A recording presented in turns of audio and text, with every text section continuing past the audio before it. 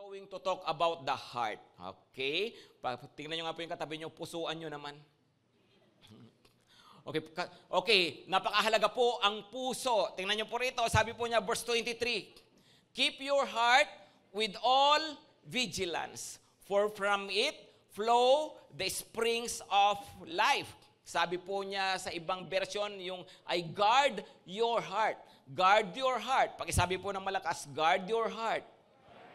Sabi niya, bantayan mong mabuti ang iyong puso sapagkat mula rito nang gagaling ang iba-ibang bagay sa iyong buhay. Kung ano raw po yung puso, yun po ang kalagayan ng ating mga buhay. Kaya nga po magandang itanong ano po ba yung binabantayan nyo? Come on, what do you guard with your life? Ano yung sasabihin mo na sa ibabaw ng aking bangkay? Mayroon ba kayong ganon?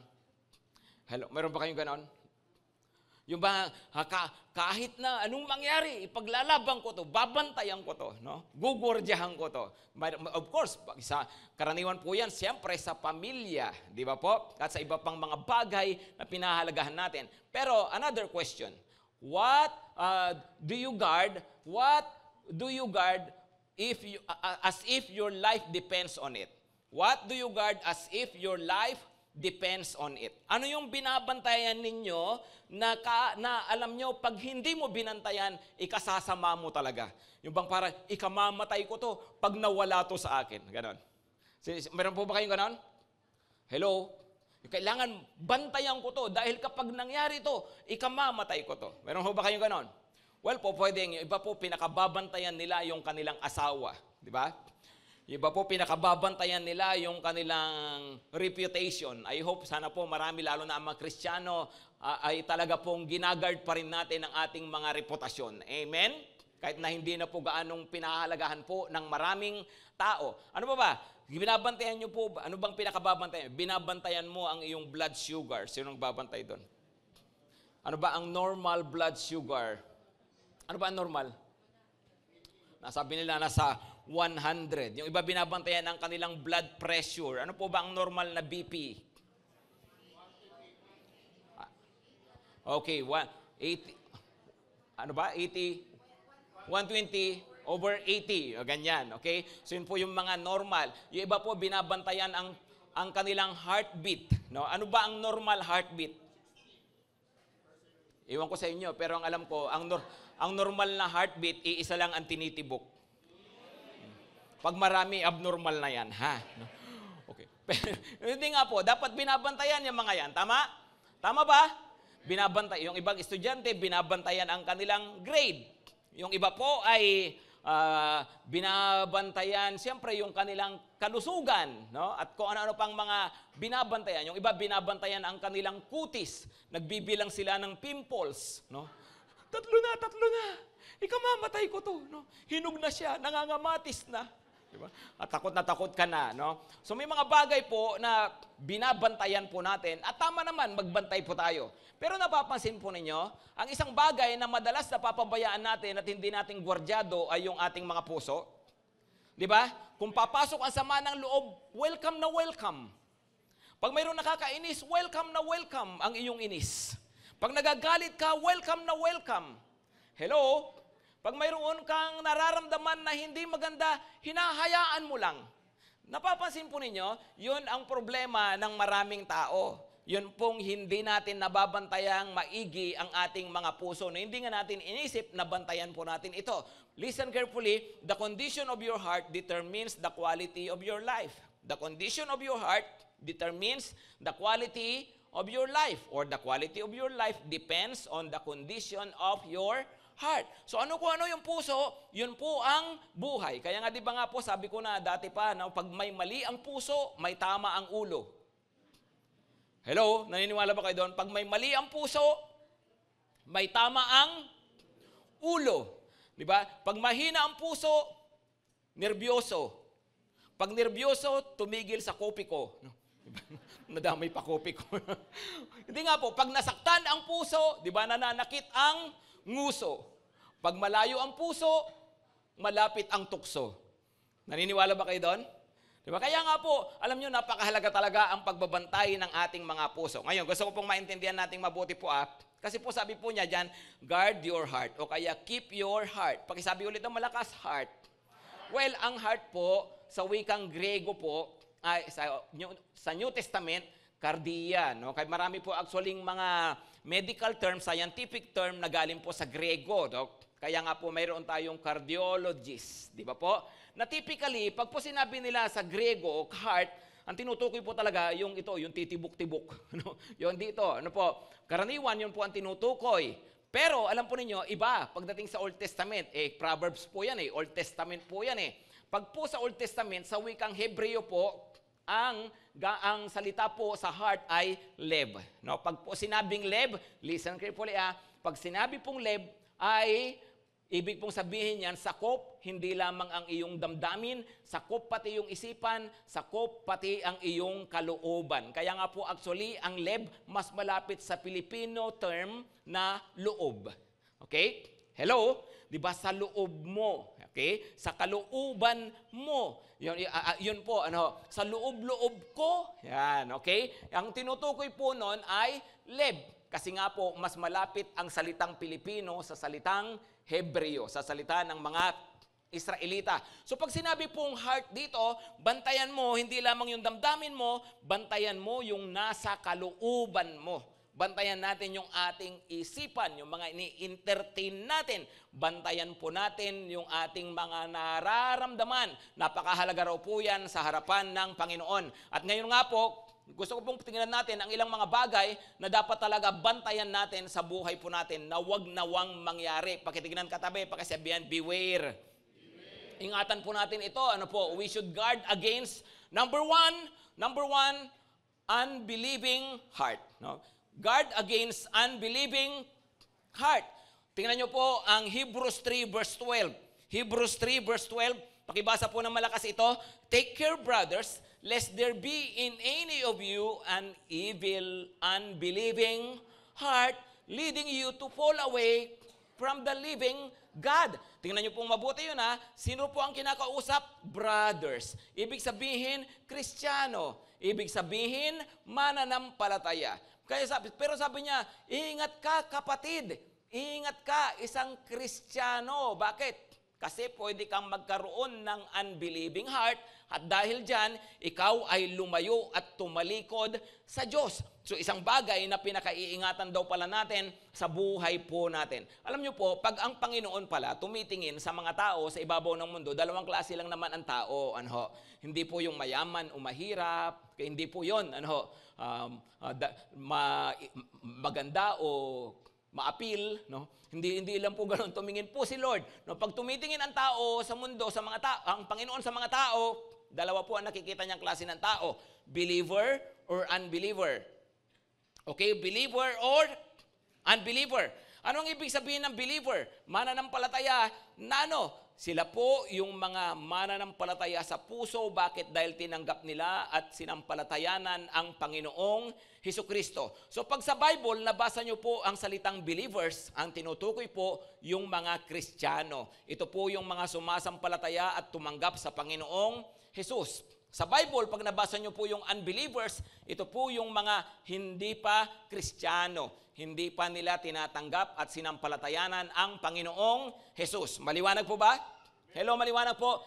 Ngayon, pag sinabi pong unbelieving heart, hindi po ibig sabihin yan na hindi sumasampalataya kay Jesus. Kasi nga po, brothers, kasi nga po sila ay nasa Panginoon. Ibig sabihin, mga Kristiyano po ito. Pero ito po yung mga po pwedeng mangyari po sa buhay natin. Magpakita po ako sa inyo ng ilang combination Una po, yun pong pwede pong ikaw ay maging believing believer. Okay? Unahin po muna natin ito, unbelieving believers. Ang isang tao, hindi mananampalataya, siya po ay hindi naniniwala. Maraming ganon, tama? Dahil hindi siya naniniwala, hindi niya tinanggap si Jesus, hindi rin niya pinaniniwalaan na may Diyos, hindi niya pinaniniwalaan ang Biblia, hindi niya pinaniniwalaan ang langit at impyerno. Okay, normal po yun kasi nga unbeliever nga So, hindi naniniwala na hindi mananampalataya. Pero pangalawa po, mayroon pong believing believers. Normal din dapat yan. Okay? Ano po? Pag sinabing believing believers, sinampalatayanan niya si Jesus, ligtas siya, Christian siya, at dahil sa Christian siya, naniniwala siya sa mga turo ng Biblia, naniniwala siya sa langit at impyerno, naniniwala talaga siya sa Diyos, naniniwala siya sa paglilingkod. Maliwanag po, believing believers. Next po ay, pwede pong ito, no? Mayroon pong mga believing unbelievers. Ayan. Hindi sila talaga Christian pa dahil wala pa silang personal na relasyon sa Panginoon. Kaya lang, sila po ay naniniwala. At marami rin ganyan, right? Naniniwala sa Biblia. Naniniwala sa langit. Ganyan. So, mga naniniwala sila sa Diyos. Unbelieving o kaya believing believers. Pero ito po, no? Most likely, ito naman nagdi-describe ng maraming mga Kristiyano. Sadly, ano po yon? Unbelieving believers. Unbelieving believers. Ano po ang ibig sabihin? Ito po yung mga tao na okay, Christian, nag-church, talaga naman tinanggap si Jesus, kaya lang hindi naniniwala. Ano po yung mga hindi nila pinaniniwalaan? Hindi nila pinaniniwalaan ang mga bagay na pangwalang hanggan. Hindi sila kumbinsido. Hindi sila kumbinsidong may langit. Hindi sila kumbinsidong may impyerno. Kaya natural, pag hindi ka naniniwala sa mga ganyan, talagang may mga bagay na hindi mo pahahalagahan. Tama? Hello, tama ba? Hindi ka na, kahit na anong gawin mo sa mundo, hindi mo kinakailangan paghandaan ng kabilang buhay. Kasi nga hindi ka naman lubos na naniniwala. Ano pa? Hindi sila naniniwala pagdating po sa salita ng Diyos. Hindi sila kumbinsido sa salita ng Panginoon. Kaya nga, sadly, marami mga Kristiyano, mas naniniwala pa sa nababasa sa internet, nakikita sa social media, kaysa kung ano ang nasa Biblia. Yun ang problema, di ba? Na believer, and yet, hindi tayo seryoso sa salita ng Panginoon, mas nagiging guide pa nga natin sa buhay, yung mga kung ano-anong mga nakapost, kung ano-anong napapanood, kung ano-anong nababasa natin. Bakit? Kasi po tayo po ay nagiging mga unbelieving believers. Are you following, mga kapatid? Alam niyo po, dyan sa Hebrews 3, yun pong sinasabi po dyan ni nung sumulat, ay sabi po niya, yun po, keep your confidence, yung inyong tiwala sa Panginoong Hesus, na kayo ay mayroong dakilang pag-asa, na kayo ay titira sa kanyang kaharian, na kayo ay makakasama niya balang araw.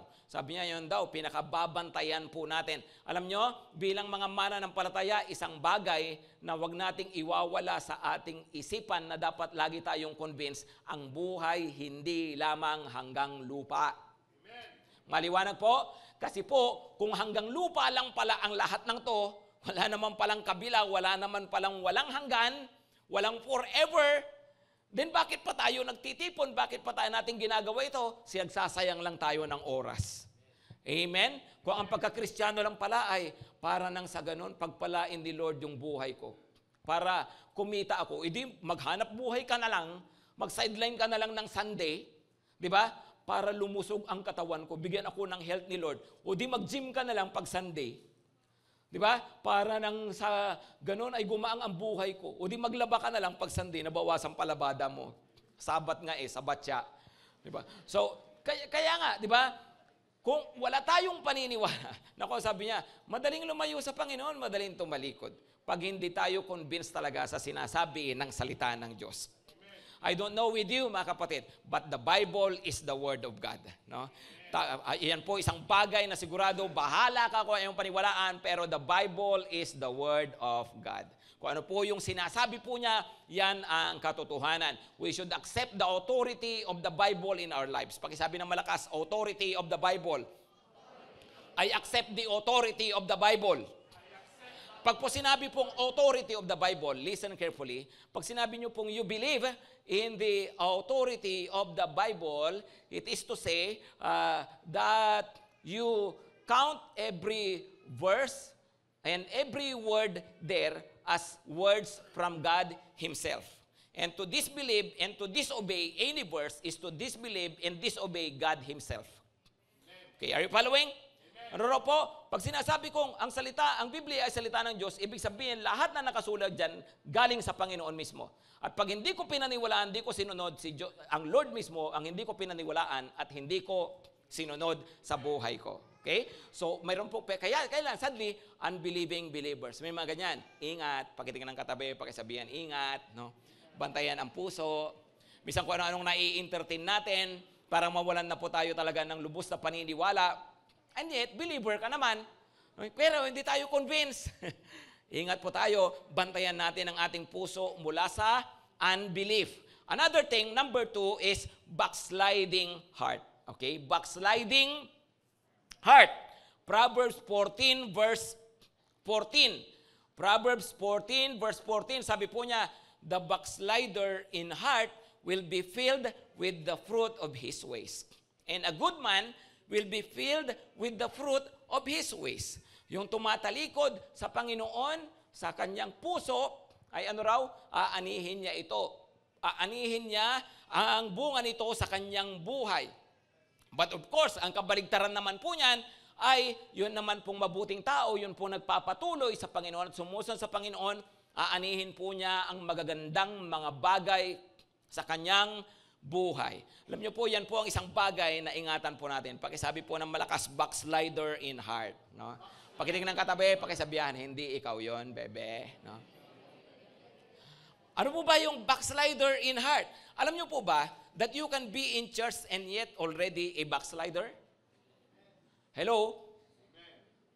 Alam niyo po ba yon?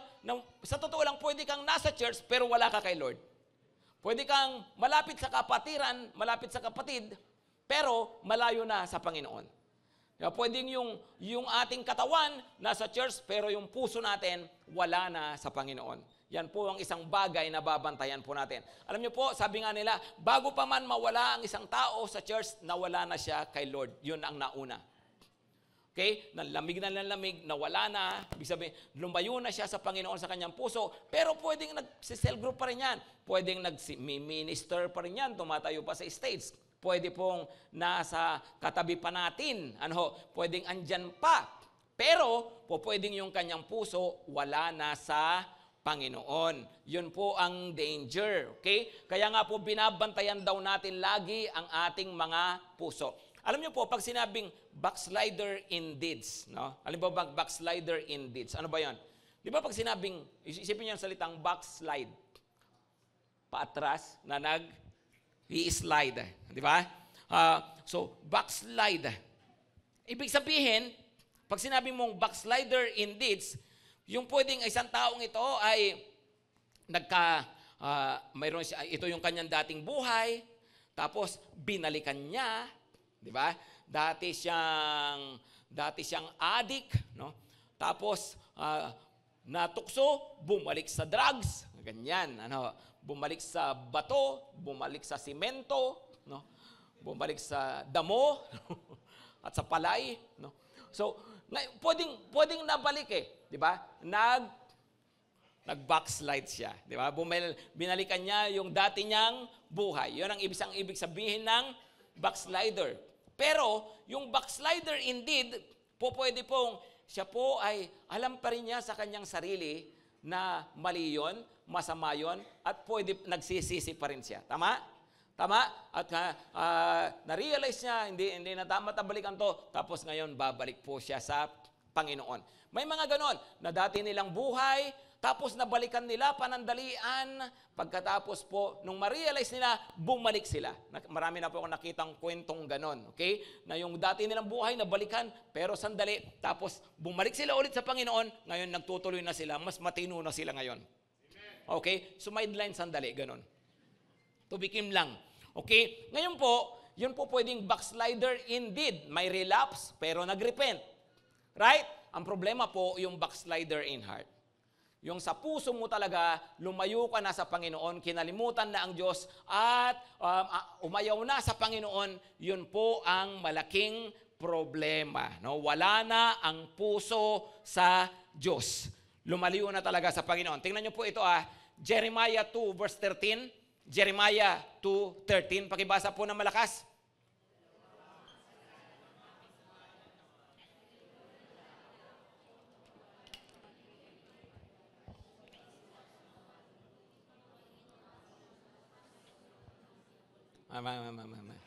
Okay. Okay. Okay. Dalawa ang kasalanan ng aking bayan. Ano yung una? Tinalikuran nila ako. No? Ako na bukal na nagbibigay buhay. No? Tinalikuran nila ang Diyos na nagbibigay buhay, kumukumpleto ng buhay, nagbibless ng buhay, pinanggagalingan ng lahat na mayroon sila, sabi ng Panginoon, at humukay sila ng mga balon. Pangalawang kasalanan. Ano rin pangalawang kasalanan? Hindi lang tinalikuran si Lord, kundi humukay sila ng sarili nilang balon. Ngunit mga balong butas na walang naiipong tubig. No, so, pambira ako na yung spring of living water. Ako na yung, kapag nasa akin ka, ay wala ka nang hahanapin pa, nasa akin lahat, and yet tinalikuran mo ako. Yung pagtalikod pa lang, kasalanan na yun, number 1. Pero kasalanan number 2, naghanap ka pa ng iba mong kikilalanin sa iyong buhay, iba mong sasampalatayanan, iba mong paniniwalaan, iba mong paglilingkuran, mga balon na walang kwenta, balon na butas, balon na hindi makapagbigay ng tubig. Ano po ang pinapakita nito? Akala mo pag lumayo ka sa Panginoon ay parang mas magiging ayos lahat. You can try so many things but at the end of the day, you will find emptiness. Makikita mo, ay wala palang kwenta lahat. Akala mo may pwedeng pagpalit kay Lord, wala. No? Okay, kapag totoong naranasan mo ang buhay na malapit sa Panginoon, buhay na talagang nararanasan mo siya sa iyong pang-araw-araw, tapos po kakalimutan natin siya, tatalikuran po natin siya, akala po natin mayroong pwedeng ipalit noon, mayroong bang pwedeng kumuha pa ng lugar ng Diyos sa buhay natin, wala na pong iba. Yun daw po ang kasalanan ng mga Israelita. So ano po nangyari? Nag-backslide sila, at nung mag-backslide sila, kumuha sila, naghanap sila ng ibang paglalaanan ng kanilang buhay. Okay? Ituloy po natin, verse 13 yan. Verse 19 na lang po, lundag po tayo. Verse 19, sabi niya, parurusahan ka ng sarili mong kasamaan, ipapahamak ka ng iyong pagtalikod sa akin. No? Sa English po, sinabi niya yan, your wickedness will punish you, your backsliding will rebuke you. Your backsliding will rebuke you. Ituloy natin. Mararanasan mo kung gaano kapait at kahirap ang mawalan ng takot at tumalikod kay Yahweh na iyong Diyos. Ako ang Panginoong Yahweh, ang makapangyarihan sa lahat, ang nagsasabi nito. So sabi po ng Panginoon, parurusahan ka, anhin mo o ipapahamak ka ng iyong pagtalikod sa akin. No? Ibig pong sabihin, napakahalaga po sa Panginoon na tayo po ay nagpapatuloy po sa Kanya. Na tayo po ay kumakapit po sa Kanya. Amen? Alam nyo, marami pong pwedeng maging dahilan para manlamig ka, lumayo ka, para ikaw ay backslide. Pero kaya nga po, sabi po ng Panginoon, tayo raw po patuloy nagtitiwala at kumakapit at sa Kanya umaasa. Amen? Okay? Kaya, at sabi naman po niya, ang sino man nagpapatuloy sa akin, aanihin naman niya ito sa kanyang buhay. Nung tayo po sumunod sa Panginoon at tumanggap kay Lord, hindi naman po talaga nangako ang Panginoon na lahat na lang magiging maganda ang mangyayari sa buhay natin. Di ba? Tama po ba? Hindi po pinangako ng Panginoon yon. Kundi sinasabi po niya, kahit may mga pinagdadaanan tayo, ay andyan po siya, kasama po natin. Right? Psalm 23. Di ba po, ano po ang sabi ng awit 23? The Lord is my shepherd, I shall not want. He makes me lie down in green pastures. Di ba? Pinapahimlay niya ako sa luntiang pastulan. Ibig sabihin, sa maraming makakain, masaganang buhay. Okay? Sa mga pagkakataong noon, ang sarap magpatuloy kay Lord. Wow, no? This is life. Bakit? Kasi po you are in green pastures. Pero, sabi din naman po niya, though I walk through the valley of the shadow of death. Dumaan man ako sa landas ng kamatayan. Yun, okay? So si Lord ang iyong pastol, sumusunod ka sa Kanya bilang tupa, masarap sumunod sa Kanya sa panahon na ikaw ay nasa masaganang pastulan, nasa green pasture, pag binibless ka, pero paano na pag ikaw ay nasa valley of the shadow of death? Ikaw ay nasa panganib, nasa lilim ng kadiliman, ng kamatayan. Ikaw ay mayroong pinagdadaanan na hindi maganda. Okay? Ang malaking tanong, andyan ka pa ba? Tingnan nyo po kasi po ang reality ng buhay, balance. May balance po ng magagandang nangyayari, mayroon din pong pangit na mga nangyayari sa buhay. Tama? Tama po ba?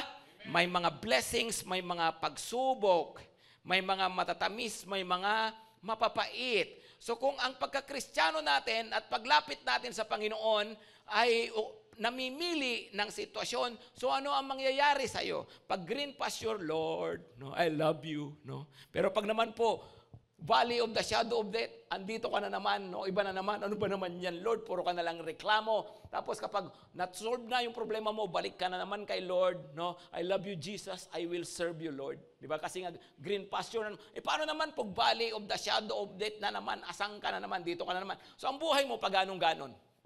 Di ba? Kaya hilo na ang cell leader mo sa'yo. Pero hindi nga. Pagkatabi, huwag mo namang hiluhin si Lord. Ba't tayo sabihin? Sabihin nyo, huwag niyong hiluhin si Lord. Di ba? Kasi nga po, yun ang problema. Nakadepende sa sitwasyon yung ating pagsunod sa Panginoon. Ano? Pero hindi po dapat na ganon. Kaya nga sabi ang sabi naman po ni David doon nga po sa Psalm 23, kahit na anong pinagdadaanan ko sa buhay, kasama kita. No? Though I walk through the valley of the shadow of death, no, I will fear no evil because you are with me. Hindi mo ako iiwan, Lord. Hindi mo ako bababayaan. Your rod and your staff, they comfort me. Tapos higit sa lahat, sabi niya, hindi naman ito tungkol lang sa life dito sa earth. Surely goodness and mercy shall follow me all the days of my life, and I will dwell in the house of the Lord forever. Amen? Amen? Beware of a backsliding heart. Bantayan ang puso. Kapatid, baka napapalayo na sa Panginoon. Okay? Meron po ako nakitang sa post kahapon sa Facebook, sabi niya ay the reason you are late at church service is not because your house is far from the church, but because your heart is far from the Lord. Hindi, wala naman nalilate dito. Naalala ko lang yung nabasa ko kahapon. Wala naman akong pinapatamaan dyan. Di ba? Hindi nga, di ba? Bakit nga ba minsan wala na akong passion? Naintindihan ko po kasi nga maulan, ganyan na traffic, maganyan. Ano. Pero bakit nga ba minsan di ka na nagmamadali? Bakit nga ba minsan parang iniraraos mo na lang, hey, ingat kapatid ha. Kasi baka mamaya issue na ng puso yan. Hello? Bakit ba parang ayaw mo nang ma-involve, magpagamit sa Panginoon? Ingat. Kasi baka mamaya sa totoo lang, hindi dahil sa totoong busy ka, baka issue na ng puso yan. Hello? Hindi kasi, Pastor, kailangan maintindihan na, kasi ito yung sitwasyon ko ngayon sa buhay, babawi rin ako. Okay, alam mo naman ni Lord pero always remember, the Lord looks at the heart. Okay, kasi ang bantayan natin, baka kasi issue na ng puso. Akala natin, dala lang ng sitwasyon. Akala natin, dala lang ng pamilya, dala ng hanap buhay, dala ng kalusugan. Okay yun, kung totoo at alam ng Panginoon yung totoong dahilan. Kaya lang baka issue of the heart. Kasi baka mamaya, totoo, may kondisyon ka sa pamilya, kaya lang, baka mamaya, hinayaan mo yung kondisyon mo yun na sirain ang puso mo para sa Panginoon. Okay? So beware. Number three, guard against idolatrous heart. Ano yung number 1 na dapat bantayan? Unbelieving heart. Ano yung number 2? Backsliding heart. Number 3, last, idolatrous heart. Okay. Ezekiel 14, verse 3. Ezekiel 14, verse 3. Sabi po niya, son of man, ang tinutukoy po dito si Ezekiel. No? Son of man, these men have taken their idols in their hearts. Sabayan niyo po ako, and set the stumbling block of their iniquity before their faces. Should I indeed let myself be consulted by them? Sabi niya ng Panginoon kay Ezekiel, tong mga taong ito, inilagay nila ang kanilang mga Diyos-Diyosan sa kanilang mga puso at inilagay nila sa kanilang harapan ang mga nagiging dahilan ng kanilang kasalanan. Makikinig ba ako sa kanila? Diba? Tapos ngayon, lalapit sila sa akin at kukonsultahin ako, hihingi ng guidance ko, sabi ng Panginoon. Bakit? Nung panahon po ni Ezekiel, ito po yung panahon na talaga pong nagbabanta ang Panginoon ng kaparusahan sa buong Israel. Bakit? Dahil nga po sa kanilang pagtalikod sa Panginoon at dahil nga po sa napakarami nilang mga Diyos-Diyosan. Tingnan nyo po, ang background po niyan, verse 1, verse 3 po yung binasa natin. Tingnan nyo ang background, verse 1. Then, certain of the elders of Israel came to me and sat before me.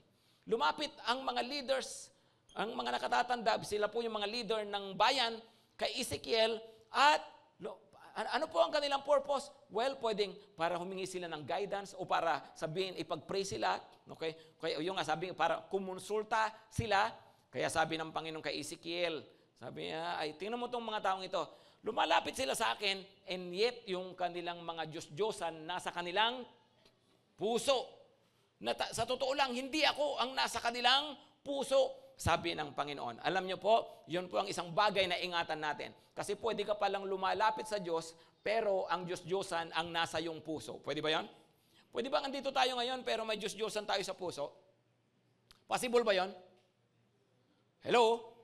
Okay, sumasamba tayo, nakikinig tayo, andito tayo, nakaupo tayo. Pero pwede na may Diyos-Diyosan sa ating mga puso. Pwedeng andito ka ngayon nga, actually, ang Diyos-Diyosan mo, yung iyong ministry. Possible yun. Kaya lagi ko sinasabihan yung mga kasama natin dito. Of course, I'm grateful to God for them. Pinagpapasalamat ko sa Panginoon ang buhay ng bawat kasama nating naglilingkod dito. Alam niyo po, ang daming taong involved dito sa church para tayo magkaroon ng ganitong gawain. Alam niyo po yan.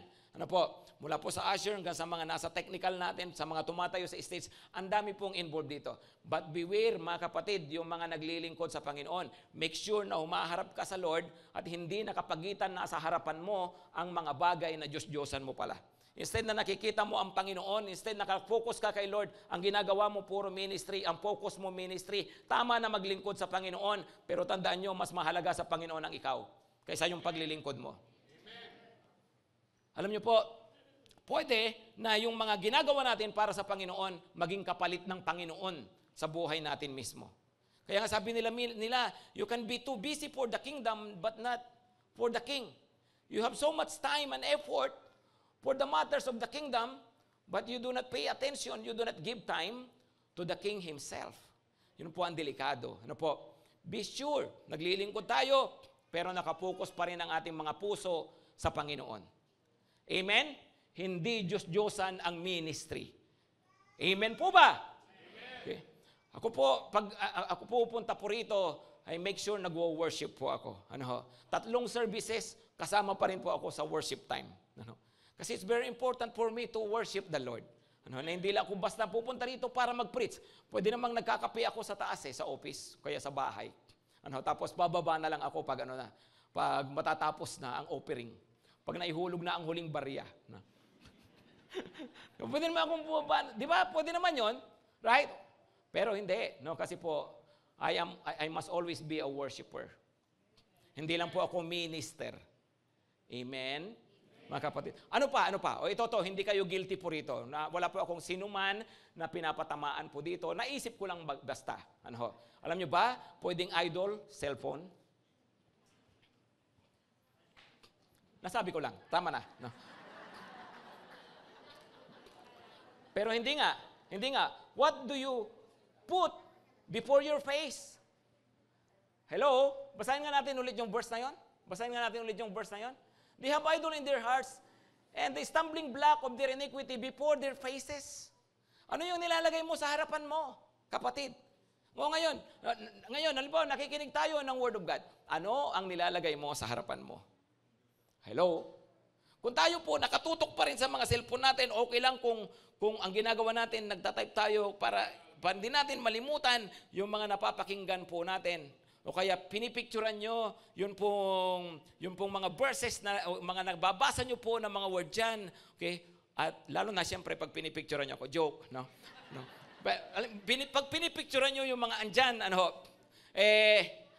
okay lang po yon. Wala pong masama na gumamit po ng cellphone. Pero, kung yung cellphone mo, nag-aantay kang matapos na magsalita si Pastor Rapi, kaya ikaw muna ay nag-check ng iyong mga messages at ng mga newsfeed at ng kung ano-ano pang ginagawa mo kasi naiinip ka, then yan ang Diyos-Diyosan mo.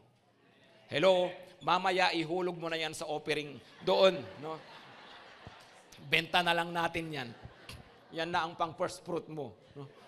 Hindi nga. Ilan kaya ang talagang nagpo-focus sa paglumalapit sa Panginoon? Kasi ano ba ulit ang idol? An idol is anything that stands between you and God.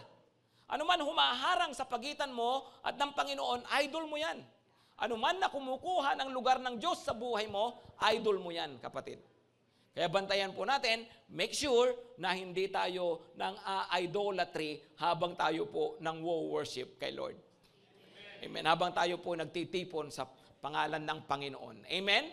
Pwede nga sa cell group, akala ng cell leader mo na verse ang binabasa mo no? Pero sa totoo lang, inaantay mo lang matapos yung cell group nyo. Hello? Ingat ha? Hindi po biro yan, mga kapatid. Napakahalaga po, binabantayan natin ang ating mga buhay. Kasi we can come before God with idols in our hearts. Amen? Ano pa ho ba yung mga idol po natin? Well, sabi ko po, dati comfort. Di ba? Importante lang sa iyo, yung komportable ka. No? Ayaw mo mag-sacrifice para sa Panginoon. Then, sa totoo lang, ang pagiging Christian, may time po na kinakailangan maging uncomfortable. May time na kinakailangan mag-sacrifice. Right? Hello? Di ba po? Ano pa ba? Pwedeng ang idol mo, mga material na mga bagay. Materialism is idolatry. Mahal natin ang mga magagandang mga bagay sa mundo. Walang masama sa good things. Just be very careful that they do not become your idols, that they do not replace the place of God, or that they do not replace God in your life. Hindi po nila nakukuha ang lugar ng Panginoon sa buhay po natin. Amen? Sa totoo lang, again, pwede kang lumapit sa church, pwede kang nasa church, pwede tayong lumalapit sa Panginoon, and yet ang namamayani sa puso natin, idol. Anong ibig sabihin? Kasi kaya ka nag-church kasi Lord, bless me. Bigyan mo ako ng ganitong kotse, bigyan mo ako ng ganitong bahay. Di ba? Yung bang ang kaya ka pumupunta kasi para puro lang sa mga blessing mo. Para lang sa mga bagay na gusto nating makuha sa buhay, hindi talaga para mag-worship. O hindi ang pinunta mo, yung blessing mo, hindi si Lord. Hello? Tama po ba? Makapagsimba nga, no? Para makasales ako bukas. Makapagsimba nga para pagpalain yung aking negosyo. Di ba? E then, mga nasa puso pa rin, wala pong masama na ilapit ang mga yan sa Panginoon. Make sure na pag lumalapit tayo sa Panginoon, buong puso. At hindi yung dahil lang sa may gusto po tayo sa Kanya. Maliwanag po ba? Amen. Beware of idols, mga kapatid, ha? Ingat po tayo. Kasi po, yan po, anumang bagay na umaagaw na ng puso natin sa Panginoon, yan po yung mga idol po natin. Merong ilang bagay na gusto ko pong itanong natin sa sarili natin. Kasi baka magandang ma-check natin. O nga, no, may idol na ba ako sa buhay natin? 4 na tanong. Number 1, where do I spend my time? Pwede niyo pong isulat, no? Wala pong mapipicturean dyan, ako lang. Sabi niya, where do I spend my time? O sige. Ano ang idol ko? Unang-una, saan mo ginagamit ang oras mo? Ano ang mas maraming, ano yung higit sa lahat, pinagkakaabalahan ninyo sa buhay? Yun bang tayo po ba paggising sa umaga? Ano po ang una nyong ginagawa? Hello? Mag-TikTok, sabi nung iba. Kasi yung pastor ang exercise ko, yung TikTok. Di ba? Hello? Hindi nga. Right? Maybe this time ako. No? Tuwing umaga. Okay, kapatid, no? Where do you spend your time? Umaga. Where do you spend your time? Bago ka matulog, yung oras na dapat na ipanalangin mo, nagbabrowse ka pa, nanonood pa ng TV, where do we spend our time? Baka mamaya yung mga gadget na, yung mga entertainment na, yun na po yung ating idol. Alam niyo po, sa totoo lang, sa panahon natin ngayon, ang pinakamalaking kalaban ng Diyos sa buhay ng mga tao, entertainment. Hello? Hello? Ulitin ko po nung unang panahon, isa sa mga pinakamalaking kalaban ng Panginoon sa puso ng tao, pera. Pera. Pero alam niyo, sa panahon natin ngayon, isa sa pinakamalaki na ay yun pong entertainment. Yun tayo ay malibang. Maraming mga tao ngayon, okay lang walang pera, basta nalilibang. Di ba? Basta sila ay nai-entertain. Marami na mga gayon. Ano po? So, ang entertainment ay isang uri ng Diyos-Diyosan na pinagkakaabalahan natin. So kapatid, where do you spend your time? Another question is, where do I spend my money? Saan ko ginagamit ang aking pera? Kung of course, dapat gamitin mo ang yung pera. Pera mo yan eh. Gamitin mo sa magagandang mga bagay, pero kahit magagandang bagay, kung puro yun at yun lang, diba, gusto ko lahat ng mga magagandang mga bagay, mga branded, mga ganyan, no? Wala pong masama doon. Pero puro yun at yun ka na lang, hello? Hindi ka na makapagbigay sa nangangailangan, hindi ka makapagbigay sa gawain ng Panginoon, then, issue na rin po yan ng puso po natin. Baka po kasi yung mga gusto nating mabili, yun na po yung talagang mga pinakamahalaga sa atin kaysa po kay Lord. Hello? Yung kayang makuha natin sa pera, yun ang mas mahalaga para sa atin. Pangatlong tanong, where do I get my joy? Where do I get my joy? Saan ako kumukuha ng kagalakan? Ano yung nagpapasaya sa akin? Si Lord pa ba, kapatid? Hello? O baka yung iba-ibang mga bagay, iba-ibang mga tao sa buhay, no? Well, baka sila na pinanggagalingan ng ating joy. Last question, what's always on my mind? No? What's always on my mind? Okay? Ano yung laging nasa isip ninyo? Ano yung laging yung iniisip? Okay. Yung iba, 5 lang naman laging iniisip. Pera, datong, kwarta, atik, money. No? So kung ano yung lagi mo nasa isip, maring yun na yung iyong idol. Kasi yun ang nangingibabaw sa'yo. Di ba? May gagawin ka, yun ang i-consider mo. May hindi ka gagawin, yun ang i-consider mo. Pero kung si Lord ang Diyos mo, siya ka talaga Diyos mo, bago magawin ang isang bagay, i-consider mo siya. Bago mo hindi gawin ang isang bagay, i-consider mo siya. Kung yung na-conscious ka sa Kanya, kasi nga tayo po ay kinikilala natin siya na Diyos ng buhay natin. Amen? So yun po, mga kapatid, guard against. Pakisabi na malakas, beware. Beware of unbelieving heart, backsliding heart, and idolatrous heart. Tumayo na po tayong lahat. Sige po, tumayo po tayo. Alam niyo po, ano ang ibig sabihin nito? God wants our whole heart. Amen? Amen? Love the Lord your God with all your diba? With all your heart. So si Lord, ayaw niya ng half-hearted. Ayaw po niya ng lumalapit tayo sa Kanya half-heartedly. Yung bang Christian ka pero di ka lubos na naniniwala. Na kay Lord ka pero malayo at malimig ka sa Kanya. Diyos mo siya, pero may iba ka pang pinahahalagahan kaysa sa Kanya. Ang tawag po doon ay half-hearted. What does He want? He wants us to be wholehearted to Him. Meron pong isang kinakanta natin dati and we want us to sing this again. Tingnan nyo, ang title po ng kanta ay You Won't Relent. Sabi po, noon ay, Panginoon, hindi ka papipigil. Hindi ka titigil hanggat di mo nakukuha ang buong puso ko. Alam nyo, si Lord binigay niya lahat-lahat. Amen? Amen? Kung ibinigay niya ang kanyang buhay, ibinigay niya ang kanyang dugo, binigay niya lahat para sa atin, sinakripisyo niya pati ang kanyang trono sa langit. Kalabisan po ba kung hingin ng Panginoon ang wholehearted na paglapit sa Kanya? Come on, kalabisan ba yun? No? Sobra na ba si Lord? O deserve lang niya?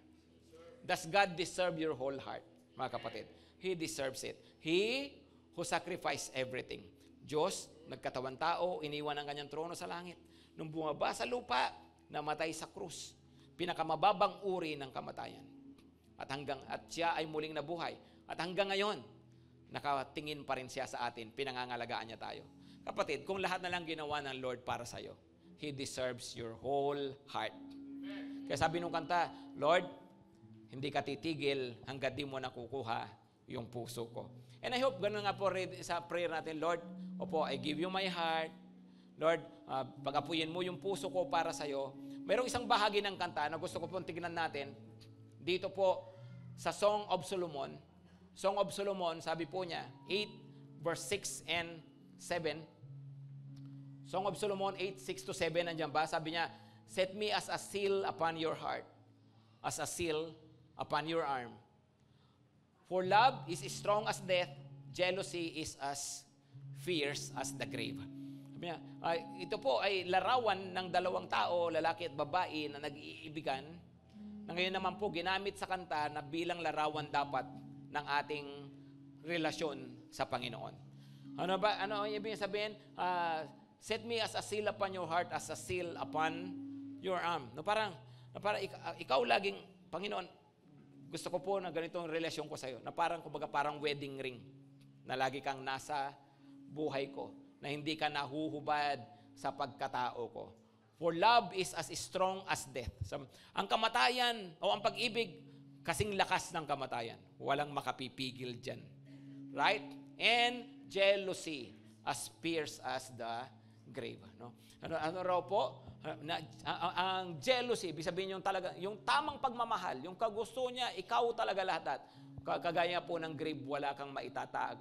Hindi pwedeng pag naglibing tapos ay iiwan yung ibang bahagi. Kundi gusto po niya lahat-lahat. No? Gusto niya makuha ang lahat.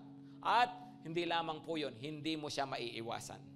Okay? Ang grave is something that you cannot avoid. Tapos sabi po, sa susunod po, verse 7, many waters cannot quench love. Walang ibang makakapukaw po nito, walang ibang makakasatisfy po sa atin, kundi yung talagang pag-ibig po ng Panginoon. Amen? Amen, mga kapatid. Sige po, can we just sing this song? At sabihin natin ito, habang kinakanta mo dyan, Lord, you won't relent. Ang isipin mo, hindi dahil sa hinahanapan ka ng Panginoon, kundi dahil sa mahal na mahal ka niya. Imagine, sobrang mahal ka niya, kaya gusto niya, mahalin mo rin talaga siya. Hindi dahil sa gusto lang niya, no? Kundi pinakita niya muna ang kanyang lubhang pagmamahal sa atin.